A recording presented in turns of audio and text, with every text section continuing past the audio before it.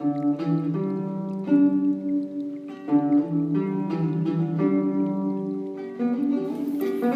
is the story of Shadrach, Meshach, and Abednego. This story takes place in Daniel chapter 3 and begins with King Nebuchadnezzar making an image of gold which was 60 cubits high and 6 cubits wide, and he set it up on the plain of Dura in Babylon. The statue comes from Daniel chapter 2, in which King Nebuchadnezzar had a dream that Daniel interpreted. In the dream, Nebuchadnezzar imagined an enormous statue. It had a head of gold, its chest and arms were of silver, its belly and thighs were of bronze, its legs were of iron, and its feet were partly of iron and partly of clay. While he was looking at the statue, a rock was cut out, but not by human hands, and it struck the statue on its feet and smashed them. Then all of the rest of the statue crumbled, and the wind swept it away. All that was left was the rock, which then became a huge mountain that filled the whole earth.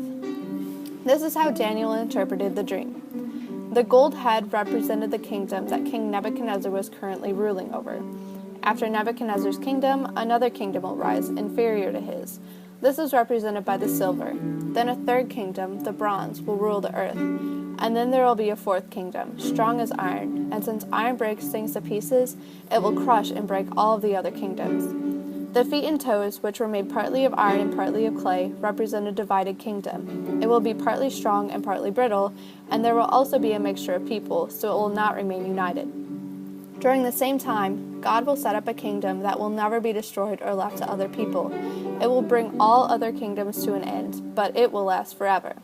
This is represented by the rock, which broke the entire statue to pieces. After the interpretation, King Nebuchadnezzar promoted Daniel to a higher position, and at Daniel's request, Shadrach, Meshach, and Abednego were appointed as administrators over Babylon. Back to Daniel chapter 3, he summoned all of the officials of Babylon to the dedication of the image he created. At the dedication, the herald proclaimed, "Nations and peoples of every language, this is what you are commanded to do. As soon as you hear the sound of the horn, flute, zither, lyre, harp, pipe, and all kinds of music, you must fall down and worship the image of gold that King Nebuchadnezzar has set up. Whoever does not fall down and worship will immediately be thrown into a blazing furnace."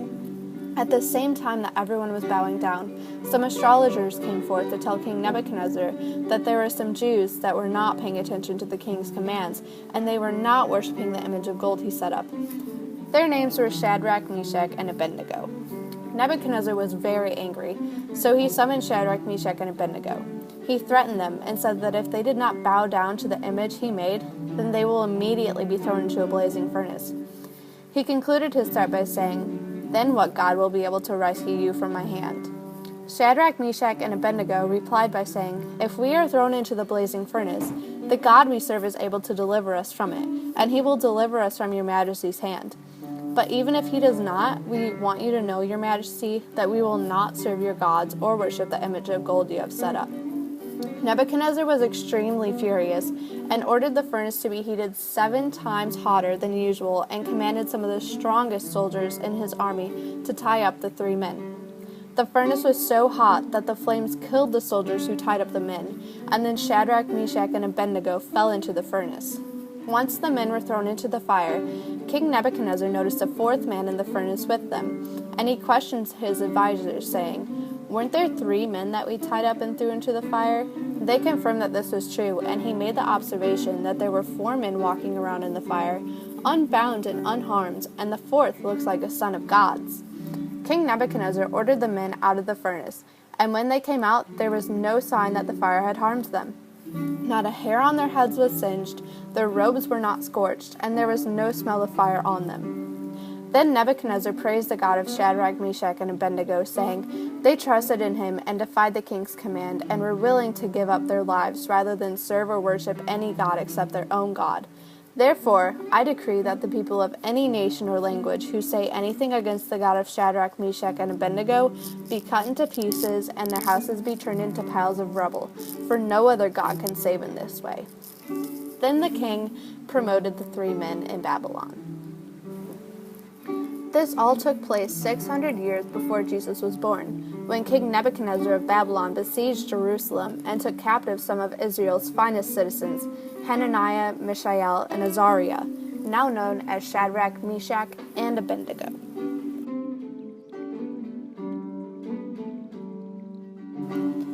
There are 5 life lessons you can learn from the story of Shadrach, Meshach, and Abednego. Persuasion. Shadrach, Meshach, and Abednego were fully persuaded by their God. They believed in the promises he made to them, and they were obedient to him. When life has pushed you too far, rise up with an attitude where you are fully persuaded. For example, think like this: God can rescue me from a low GPA. Even if he doesn't, I will not bow down. Pressure. When the pressure of life is at an all-time high and you find yourself in your own fiery furnace, God will turn up the pressure too, and he will protect you. Promise. God has promised to help you through the fire. In Isaiah 43:2, the Bible says, "When you walk through the fire, you shall not be burnt, nor shall the flame scorch you." The miracle is in the fire, not outside of it. Protection. Jesus will protect you from the fires of your life. When you walk through the fire, chains will break. Jesus will walk with you, and Jesus will reveal himself in the fire. Promotion. On the other side of the fire, there will be promotion. It may be spiritual promotion because fire refines, and it may be physical promotion in a job or greater favor with those you know. So in conclusion, be fully persuaded. Believe the promise so when the pressure increases, you receive protection and ultimately promotion.